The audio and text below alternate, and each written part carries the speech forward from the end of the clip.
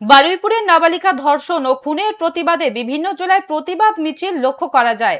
এবার জলপাইগুড়ি জেলার ওদলাবাড়িতে জাতীয় কংগ্রেসের উদ্যোগে মোমবাতি হাতে অনুষ্ঠিত হয় এই প্রতিবাদ মিছিল। ওদলাবাড়ি দুর্গা মন্দির প্রাঙ্গণ থেকে ট্রাফিক মোড় পর্যন্ত এই প্রতিবাদ মিছিলের আয়োজন করা হয়।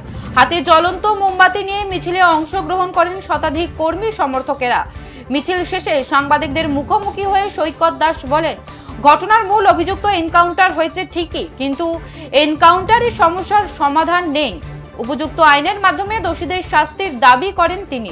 মিছিলে কর্মী সমর্থক ছাড়াও উপস্থিত ছিলেন জাতীয় কংগ্রেসের মাল ব্লক সভাপতি সৈকত দাস, রাজাদের সরকার, সাধন বোস সহ দলের অন্যান্য নেতৃত্ব।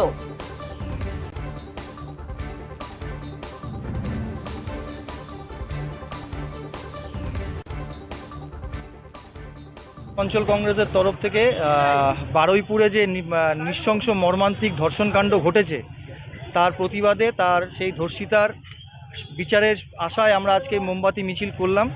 এখনো পর্যন্ত যেরকম যে ধীর গতিতে তদন্ত এগোচ্ছে, আমরা এই তদন্তের আরও গতি চাই এবং আমরা চাই দ্রুত গতিতে এই তদন্ত নিষ্পত্তি হোক এবং দোষীদের দৃষ্টান্তমূলক শাস্তি তা দাবি করছি।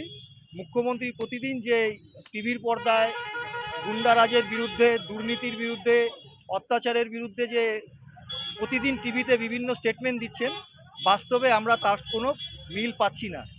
আজকে 2 মাস অতিক্রান্ত হতে চললো এই নতুন সরকারের, তার মধ্যে অন্ততপক্ষে 5খানা ধর্ষণের কাণ্ড পশ্চিমবঙ্গে ঘটে গেছে এবং সেই সঙ্গে চন্দ্রনাথ রথ, যার হত্যা হয়েছিল, সেই চন্দ্রনাথ রথেরও এখনো তদন্তর কোনো হদিশ আমরা পেলাম না।